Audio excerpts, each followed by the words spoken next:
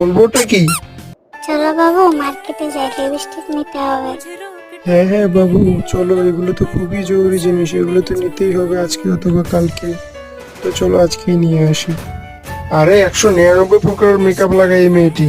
আর যদি কেউ জিজ্ঞেস করে যে আপনি এত সুন্দর কিভাবে, তখন সে বলে আরে আমি তো একদম ন্যাচারাল বিউটি, আমি নারকেল পানি পান করি, সালাদ খাই, যোগা করি, তাই আমি এত সুন্দর, আমি কিন্তু কোনো রকম মেকআপ করি না। আরে মুখে একটু ফু মেরে দেখ, তোর মুখ দিয়ে যতগুলো আটা বেরোবে অতগুলো আটা দিয়ে 100 জনকে রুটি বানিয়ে খাওয়ানো যাবে। আমাকে বাসায় ড্রপ করে দিও বাবু। হ্যাঁ বাবু, অবশ্যই।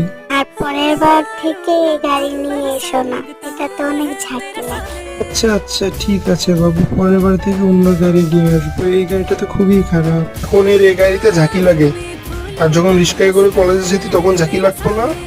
আর পরে যখন বাসে করে বাসায় যেতি তখন কি ঝাঁকি লাগতো না? আর এখন আমার গাড়িতে উঠে